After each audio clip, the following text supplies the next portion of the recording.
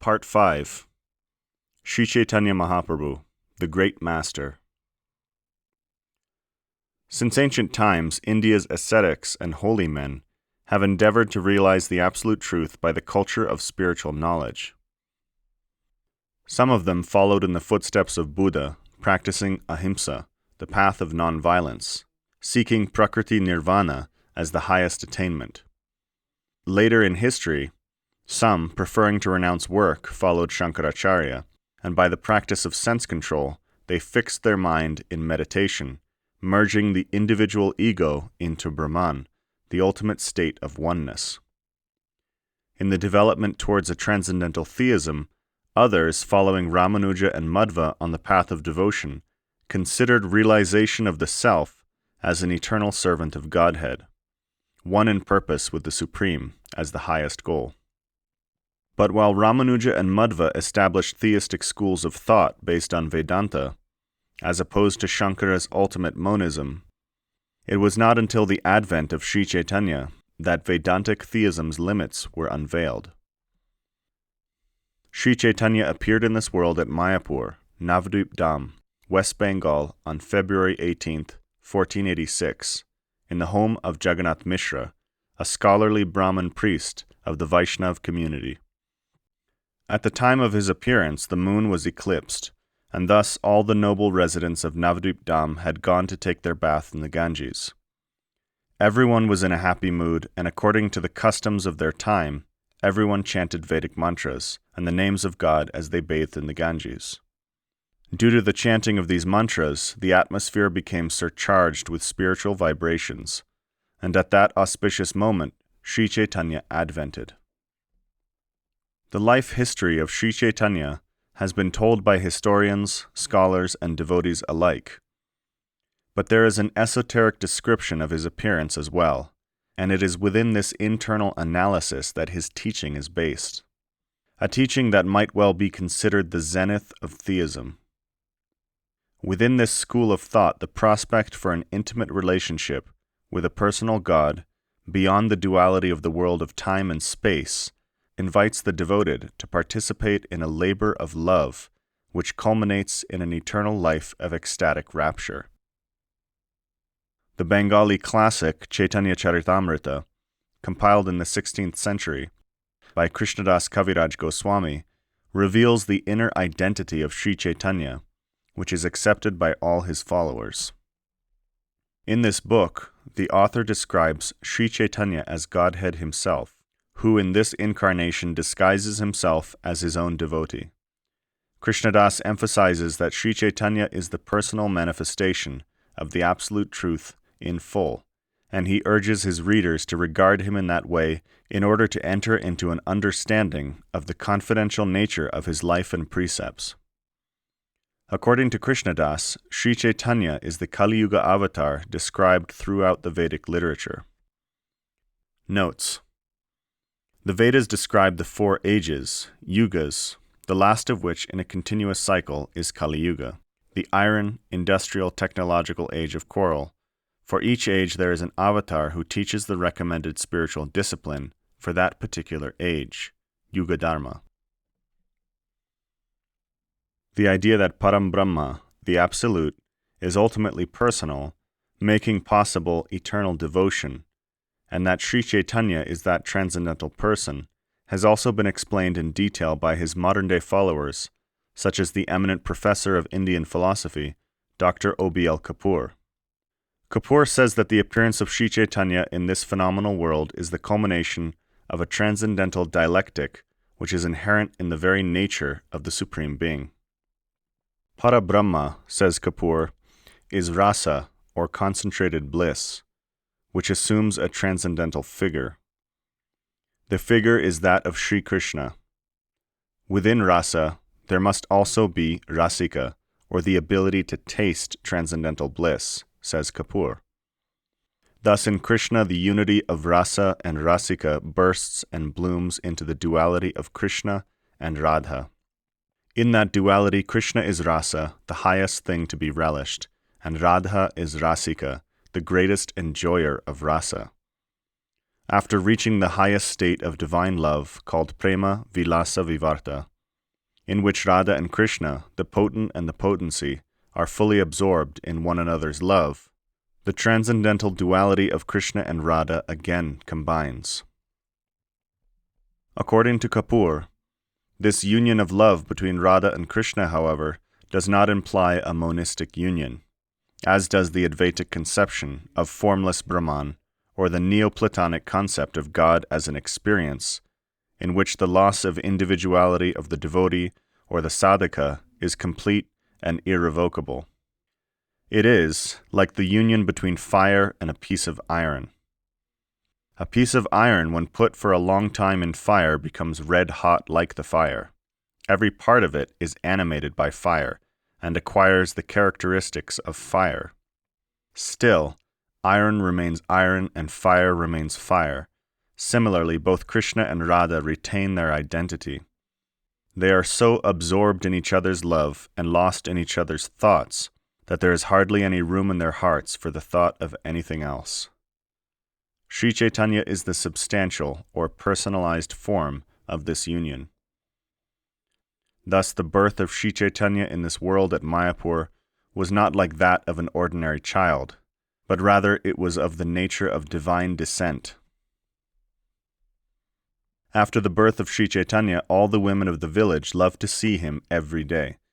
His uncle, who was a famous astrologer, foretold that the child would be recognized as a great personality in time, and he named him Vishvambar, maintainer of the universe.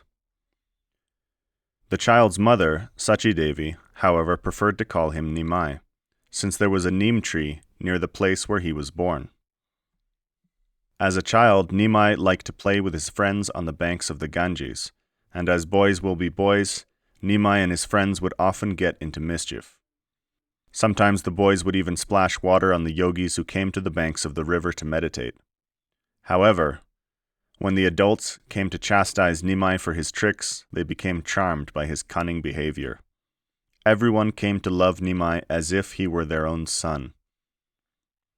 In his 5th year, Nimai was admitted into the school of Gangadas Pandit, where he mastered Bengali and Sanskrit in 2 short years. After that, Nimai studied at home, and by his 10th year he was already renowned as a great scholar. Now known as Nimai Pandit, his scholarship was such that in his youth he defeated the greatest scholar of the time, Keshava Bhatt of Kashmiri. In doing so, he vanquished the pride that accompanied the scholarship of the Pandit. While Shri Chaitanya himself was a great scholar, he consistently deprecated the acquisition of knowledge for its own sake. In his view, learning was connected with reality only inasmuch as Godhead was served thereby. Nimai had an older brother named Vishvarup, who left home to become a sannyasi, a member of the renounced order of life. This came as a tremendous shock to Jagannath Mishra and Sachi Devi, but Nimai, in his usual way, consoled his parents in their grief and showered them with love. Shortly after the loss of their older son, Jagannath Mishra himself expired from this world, leaving his wife to widowhood with only Nimai to look after her. On the request of his mother, Nimai married Lakshmi Priya, a charming girl from a nearby village. But just after his 15th birthday, while Nimai was away from his village, Lakshmi Priya died after being bitten by a snake. Although at the request of his mother he had accepted another wife, Vishnu Priya, this marriage was also not to last for long. For shortly thereafter, while visiting Gaya, Shri Chaitanya accepted initiation from his celebrated guru, Ishwara Puri. This initiation marked a turning point in his life. When Nimai returned to Mayapur, he was no longer interested in scholastic achievement. His mind turned instead towards spiritual matters. Externally, he appeared to have lost interest in conventional duties. From then on, Nimai was a man transformed, as if God-inspired. In the evenings, Nimai would gather his intimate followers together in the house of Srivas Thakur and perform Sankirtan, the congregational chanting of the names of God. In those chanting sessions, Nimai would sometimes exhibit ecstatic symptoms of love of God, and sometimes he would reveal his form to be the same as that of Sri Krishna. For almost 8 years, Sri Chaitanya continued to live at Mayapur. In the daytime, Sri Chaitanya used to send his followers from door to door to request every man, woman, and child to chant the names of God. He taught that simply by chanting the names of God, one would easily realize his eternal relationship with God, whose name is non-different from himself. In this way, he taught the Yuga Dharma for the age of Kali.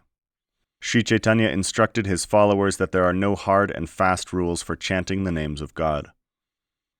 Regardless of one's position in society, anyone and everyone was eligible to take part in this process. This, however, drew objection, and certain members of the priestly caste, who held a monopoly on spiritual blessings, opposed him.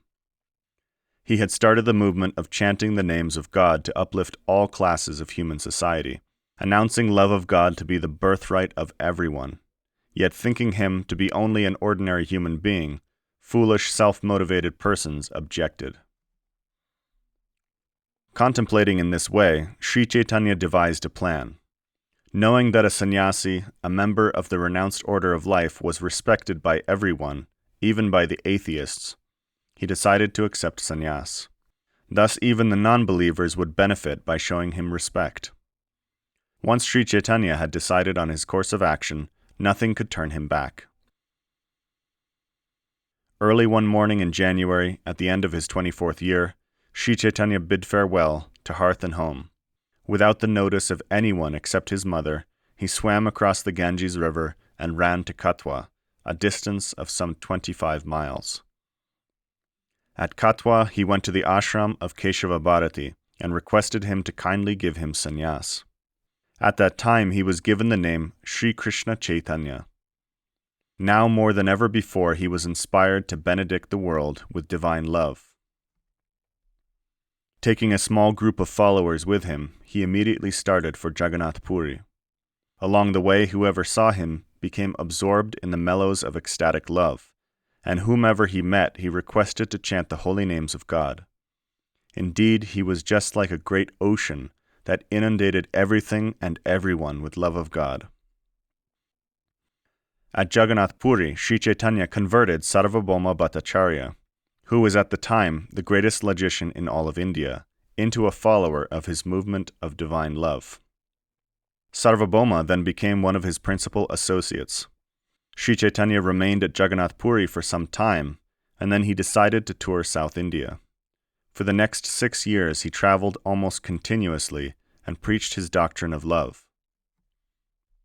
On the banks of the river Godavari, Sri Chaitanya met Ramananda Rai, the governor of Vidyanagar, and for several days had enlightening discussions with him on the topic of Prema Bhakti, devotional service in pure love of God. The followers of Sri Chaitanya maintain that the apex of theistic thought was revealed in those discussions. Ramananda Rai was a great devotee of Sri Krishna, and Sri Chaitanya solicited from him higher and higher truths regarding the nature of spirit at every moment of their conversation.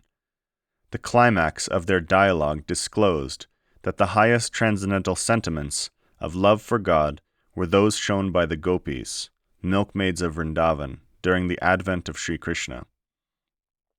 In their service to Sri Krishna, the gopis exhibited the topmost platform of surrender and unalloyed love, in which even social conventions of mundane morality were transcended, thus showing that although the morally stout serve as a good example of religious life, there is yet a higher plane where adherence to law is overruled by love, and that pure love must ultimately be free from the type of calculation found in the theistic conclusions of Ramanuja and Madhva. According to Dr. Kapoor, never before was bhakti described as both the means and the end. Sri Chaitanya's characterization of love as the supreme goal is the most important landmark in the history of philosophy and religion. According to Sri Chaitanya, the center of reality is love, not Godhead. Love is the center not only for the devotee, but also for God. Love governs both. Though Godhead is the embodiment of love itself, he has an ever-growing desire for love. Love is a gravitational force that works at two ends. It draws the devotee to Godhead, and Godhead to the devotee. Continuing on his journey, Sri Chaitanya then visited all the important places of pilgrimage in South India, and eventually returned to Jagannath Puri. After some time at Puri, he decided to visit Vrindavan, the land of Sri Krishna. Taking one servant named Balabhadra Bhattacharya with him, he traveled along the banks of the river Yamuna and through the Jarikanda forest, where, according to Balabhadra's diary, Sri Chaitanya caused wild beasts to chant and embrace, losing their natural enmity towards one another. When he reached Vrindavan, Sri Chaitanya exhibited his ecstatic mood of dancing and chanting, and many thousands of people came to see him every day. There, through his transcendental vision, he revealed the places of Sri Krishna's Leelas, pastimes, which were otherwise lost for thousands of years. Later, under his direction, his principal disciples excavated the whole area of Vrindavan with the help of wealthy patrons, establishing temples at those holy places of Sri Krishna's Leelas. To date, these temples are the principal places of worship in that holy land. After leaving Vrindavan on his return to Jagannath Puri, Sri Chaitanya stopped at Allahabad, where he instructed Rupa Goswami about the process of devotional service. And after instructing him in the details of spirituality, he sent him to Vrindavan to write books on the science of Bhakti and excavate the places of Sri Krishna's pastimes. From Allahabad he went to Benares, where he met the brother of Rupa Goswami, Sanatan Goswami. On the banks of the Ganges he instructed Sanatan in confidential spiritual matters, and after 1 month he sent him to join his brother at Vrindavan. Later, it was these two brothers and their nephew Jiva Goswami who, along with others, established the literary support for Sri Chaitanya's theology based on the Vedic literature. Wherever Sri Chaitanya went, monists such as the highly renowned Prakashananda Saraswati of Benares raised strong objections against him for his public dancing and chanting the names of God. They contended that he was a misguided sentimentalist without any real understanding of the Vedanta Sutra, which was at that time considered the single most important Vedic literature. They maintained that the sole duty of one in the renounced order was to study the Vedanta Sutra commentaries of Shankara. Unaware of the conception of transcendental emotion, they assumed that Sri Chaitanya's chanting and dancing were mere mundane sentimental outpourings. Sri Chaitanya maintained that there was no need of any commentary on Vedanta Sutra, since Vyasadeva, its author, had already written his own commentary in the form of Srimad Bhagavatam. He taught that the Vedanta Sutra propounded achintya bheda-bheda tattva, that the absolute truth and the ultimate issue is simultaneously and inconceivably one and variegated.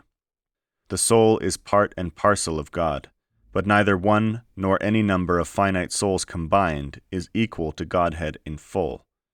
Sri Chaitanya advocated that proper study of the Bhagavatam would culminate in God realization and a state of transcendental emotion as opposed to the dry, emotionless Advaitic monism.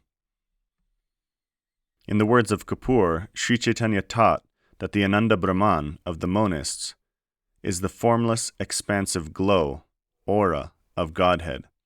Just as the moonlight is the formless, expansive glow of the moon, in Ananda Brahman, rasa is dormant, still, and motionless. It is not rasa in the real sense. Rasa Brahman, on the other hand, is dynamic, restless, effulgent, ever-flowing, and ever-growing. It is astonishingly new and relishable, passing every moment beyond itself to new levels of rasa consciousness. After traveling and canvassing for several years, Sri Chaitanya finally returned to Jagannath Puri. There he stayed for the remaining 18 years of his life until his disappearance from the sight of mortal men during his 48th year. Sri Chaitanya's biographers have commented that during those last 18 years, he was surrounded by numerous followers, all of whom were on the highest level of devotion, distinguished from the common people by their character and learning, firm religious principles, and spiritual love for Radha and Krishna. Historically, Sri Chaitanya has been regarded differently by different individuals. His immediate followers have accepted him as the supreme deity, Sri Krishna. Others have regarded him as a Bhakta avatar, a divine incarnation to distribute love of God. But that he was a noble and holy teacher is accepted by all who have come in contact with his life and teachings with an unbiased spirit. Sri Chaitanya did not appear in this world to deliver a certain section of human beings in India, but rather his purpose was to uplift all souls in all countries of the world to the pure and sublime platform of ecstatic love of God, the eternal religion of all souls. It is my conclusion, after having gone through the teachings of the spiritual masters of India, chosen in this series to demonstrate a theistic development over thousands of years, that among Buddha, Shankara, Ramanuja, Madhva, and Shri Chaitanya, there is no contradiction in that each represents a particular stage of enlightenment on the path of the ultimate truth. They all agree that our present egoistic preoccupation must be transcended if we are at all to know any peace. There is visible in them a continuity of theistic evolution from one to the next, starting with the Buddha and culminating in Sri Chaitanya. Buddha's Four Noble Truths: there is suffering, suffering has a cause, suffering can be surpassed, and there is a method by which one can attain freedom from suffering, have laid the foundation for the premise that there is a higher attainment, a higher goal in life than that which is generally accepted as reality. Buddha was then followed by Shankara, who, improving on the premise of Buddha, established that eternal spirit, Atma, and not simply negation of material existence, is an abstract, positive reality. Ramanuja then developed the theistic conception found in Shankara from abstract monism to concrete monism, describing a Brahman with transcendental attributes. He founded a movement of bhakti or devotion based on the inherent nature of the living spirit. Madhva then continued the development from Ramanuja, emphasizing the eternal existence of both the soul, Atma, and the oversoul, Paramatma, as necessary for the dynamics of bhakti. Finally, Sri Chaitanya presented a love, not of self-sacrifice, but one of self-forgetfulness, in which love itself, personified as Sri Radha, becomes the center for both Godhead and his devotee.